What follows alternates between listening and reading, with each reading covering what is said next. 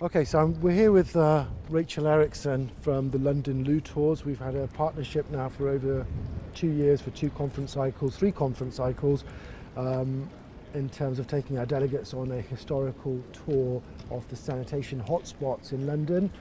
Rachel, would you like to introduce yourself to the viewers? My name is Rachel Erickson, and I'm the founder of London Loo Tours, which is a walking tour of public toilets in London. It started 3 years ago. I had come out of drama school and actually started from a very self-interested point that I didn't like to pay for toilets. So it was all about free toilets in London, but that window got me into researching sanitation and actually opened up this whole weird and wonderful worlds. So the tour today, we have a couple different routes, and we talk a lot about a range of things from the history of British public toilets. We talk about where to find quirky toilets in London, but we also go a little bit more in depth into the implications for public health and what it means to have access to a toilet. In terms of those implications, I mean, it's a very serious topic when you look at the current state of urbanization happening in the world, unchecked in some cases, the mega cities, people in Delhi, Sao Paulo, the sprawl that's happening out there. What parallels have you found from your historic research into how London's developed into what it is today, a major centre of commerce, and its road along the sanitation pathway, parallel to the way cities are expanding, urbanization is occurring now? One thing that fascinates me is the parallels between London 150 years ago and developing countries today. Because if you read public health reports from the 1840s, 1850s, there's a man named Edwin Chadwick who wrote about the sanitary condition of the laboring population of Great Britain. And the arguments he makes in there for clean water and good sanitation, you could pick up that language, put it in a development report today.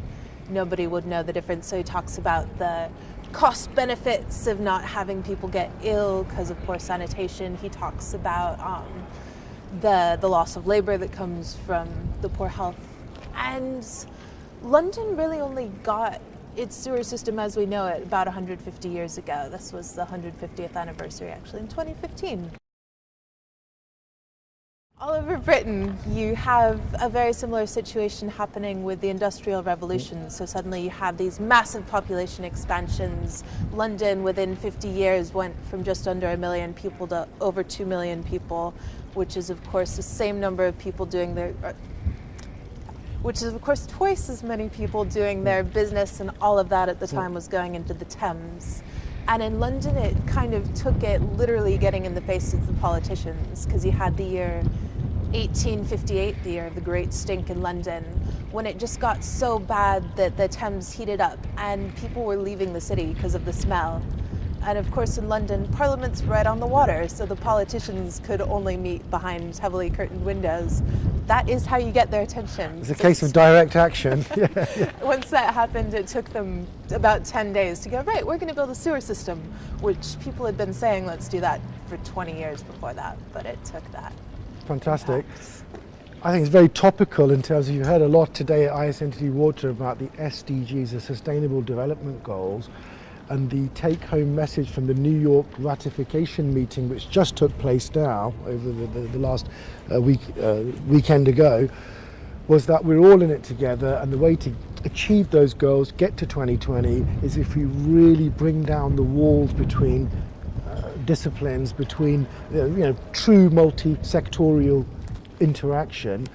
In terms of your particular approach, the London Loo Tour, are you looking to expand that in terms of an awareness generating concept outside of London? Are there other city loo tours planned in the pipeline? Pardon the pun.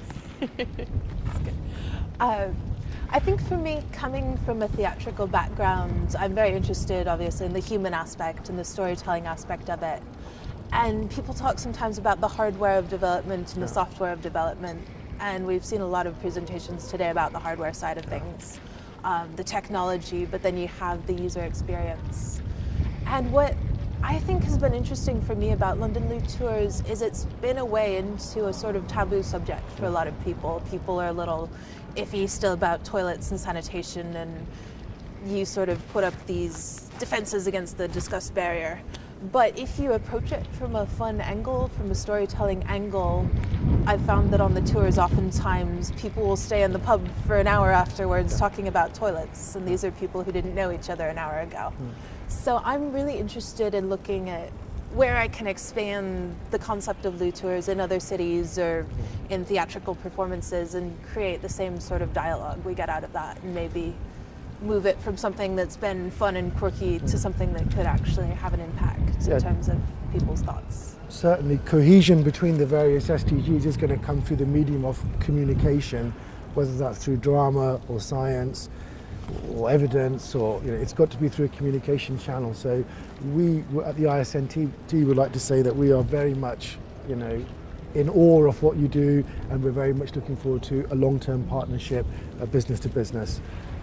It's been a real privilege for us to work with organizations like ISNTD and to work with people who really are in the sector, because I think it works both ways, that we learn a lot from them, from having those people on the tour, and when we have people who work in sanitation on the tour, it's always interesting to see their reactions to some of the history and stories they may not know, because they're very engaged in the modern development of it, and it's work, it's not the fun, quirky thing.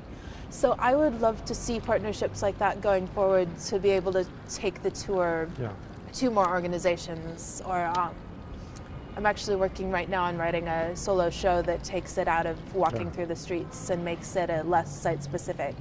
So that's a piece that I hope can travel and translate to a lot of different contexts. And that would be in the medium of theatre? That would be a theatrical performance that could either be run in conjunction with a conference or a festival. I'm creating it for Edinburgh next year is the dream. I'm currently based in San Francisco, and I've been doing some work around there as well. I'm partnering with some organizations that do sanitation work for the homeless population in San Francisco. And another thing that interests me quite a bit is the fact that sanitation isn't just a problem for the developing world. We still have a lot to work on in cosmopolitan cities, and I think there can be a two-way knowledge transfer there for sure, that all the stuff we talk about here could very easily be used in California or in London. Okay. Fantastic. I'd like to say thank you very, very much for taking time out to do the tour and for the interview.